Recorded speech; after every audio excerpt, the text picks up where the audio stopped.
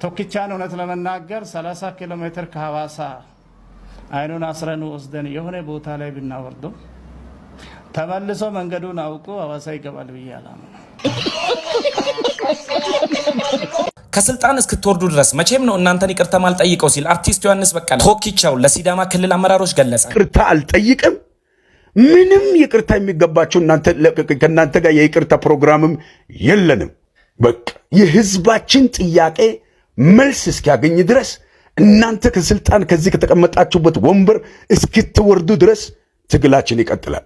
መቼም ነው እናንተን ይቅርታ ማልጠይቀው። አርቲስቱ ሲቀጥልም ከ3 ቀናት በፊት በሀገር ሽማግሌዎች የተመራሉ ከአርቲስቱ አባት ቤት ሄዶ ድምጻዊው አንድ ቃል ብቻ ይናገርና የታሰሩት ይፈታሉ ስለተባልኩ ለሽማግሌዎች ለማሰማት የተላከን ድምጽ ግጂ ዛሬ እንደ አዲስ እንዳልኩ ተደርጎ በማህበራዊ ሚዲያ ተለቋል ሲል የክልሉን አመራሮች ትንንሽና የተዋረዳችሁ ሲል ተችቷል። አገር ሽማግሌ ልካችሁ አባቴን ቀን ከሌት እየደወላችሁ አስጨንቃችሁ የመንግስት ባለስልጣናት ባለ ሀብቱ በዚህ እየደወለ እየሄዳችሁ ነፍስ እያስጨነቃችሁ እሱ ቶኪቻው አንድ ቃል ብቻ ይናገር፣ ለስድቡ ብቻ ይቅርታ ይጠይቅ።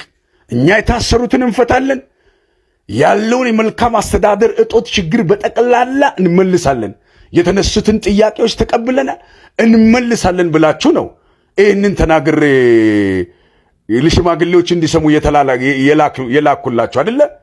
በዚህ ደረጃ እንግዲህ ትናንሽ ሰዎች ናቸው እዛ ተሰብስባችሁ አሁን አገር እንመራለን ምትሉ በዚህ ደረጃ የወረዳችሁ። በመጨረሻም ድምጻዊ ቶኪቻው የህዝብን ጥያቄ መመለስ ብቻ ሳይሆን በወንጀልም ተጠይቃችሁ ለፍርድ መቅረብ አለባችሁ ሲል የሲዳማ ክልል አመራሮች ላይ ዝቷል። ምኑን ነው ይቅርታ መጠየቀው?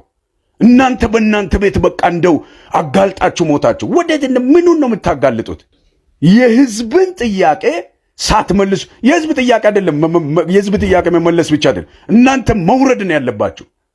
በፎገገና ወደ ፍርድ ቤት መቅረብ ያለባችሁ ወንጀለኞች ናቸው። ሲዳማ ኒውስም ለክልሉ አመራሮች ማስተላለፍ የሚፈልገው መልእክት የተበላን ቁማር ድጋሚ ለመብላት ከመሯሯጥ እንደ አዲስ መድቦ በአዲስ አይምሮ መጫወት ይሻላል ሲል ምክር ቢጤ ለግሳቸዋል።